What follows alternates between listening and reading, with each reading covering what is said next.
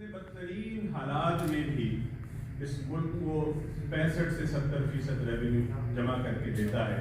ایک ایسا شہر کہ جس میں جو کہ ملٹی ایتھنک سٹی بن چکا ہے, جہاں پر تمام قومیتوں کے لوگ اب اس شہر میں رہتے ہیں اور ہم سب کے ساتھ مل کر بھائی چارگی کے ساتھ رہ رہے ہیں. ماضی میں کچھ غلطیاں سب سے ہوتی ہیں, ہم سے بھی یقیناً ہوئی ہیں, اور ہم نے ان غلطیوں کو دور کرنے کی بھی کوشش کی ہے. میڈیا کے دوستوں کے ساتھ بھی ہم نے اپنے روابط کو بہتر کیا ہے. ماضی میں یقیناً شکایتیں رہی ہیں, لیکن ہم نے الحمدللہ تقریباً 2016 کے بعد سے ایک نئی ایم کے ایم کو ہم نے جو ہے اس کو وجود میں لائے ہیں. ایک نیا بالکل چہرہ جو عدم تشدد اور کسی قسم کے وائلنس پہ یقین نہیں رکھتی ہے اور پرامن طریقے سے اپنی جدوجہد کر رہی ہے. پچھلے دنوں آپ نے دیکھا ہوگا کہ سندھ اسمبلی میں ایک بلدیاتی ایک بل پاس کرایا گیا, اور جس میں کراچی کے میئر کے جو تھوڑے بہت اختیارات رہ گئے تھے وہ بھی تمام کے تمام سلب کر لیے گئے, جس پر ہم نے تمام دیگر پولیٹیکل پارٹیز کے ساتھ مشاورت کر کے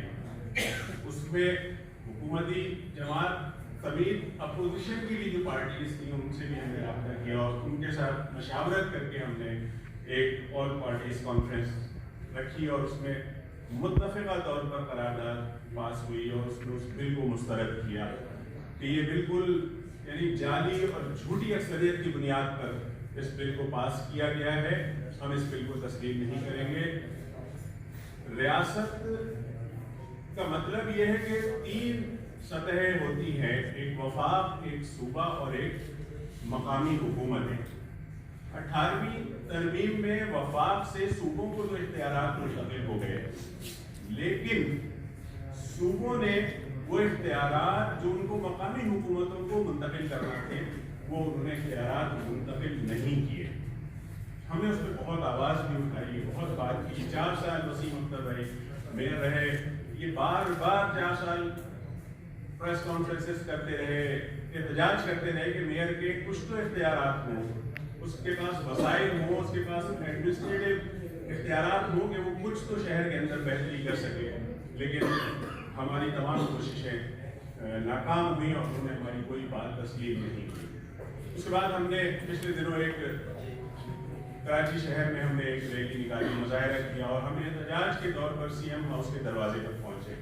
اور ہم نے وہاں پر بیٹھ کے بالکل پرامن مظاہرہ ہم نے کیا اور ہم نے یہ درخواست کی کہ ہم سے کوئی بات کر دیں. آپ یقین کریں, اور میڈیا کے دوست اس بات کے گواہ ہیں, ٹیلی ویژن کے اوپر, چینلز کے اوپر, سب نے, دنیا نے دیکھا کہ کس طرح ایک پرامن مظاہرین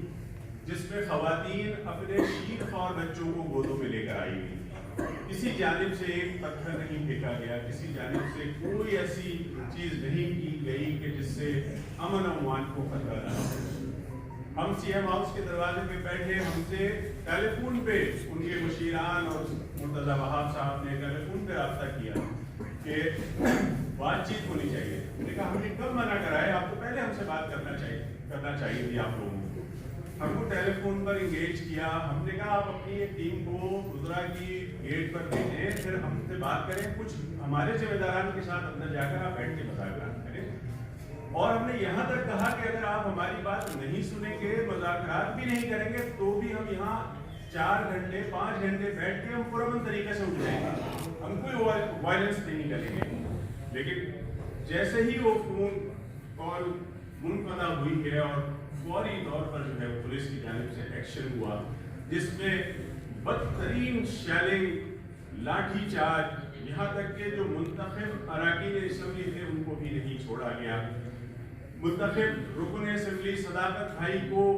زمین پر لے جا کر پولیس کی طرف سے جو تشدد کیا گیا, ان پر ڈنڈے برسائے گئے, ان کا سر پھاڑ دیا گیا, اور ان کو زمین پر گھسیٹتے ہوئے لے جا کر پولیس موبائل میں لے جا کر ان کو تھانے میں بند کر دیا گیا. ہماری رانا انصار باجی جو ایم پی اے ہیں, ان کے بازو پر جو نیشنل اسمبلی کے ممبر ایم این اے ہیں, ان کے اوپر ڈنڈے برسائے گئے. اور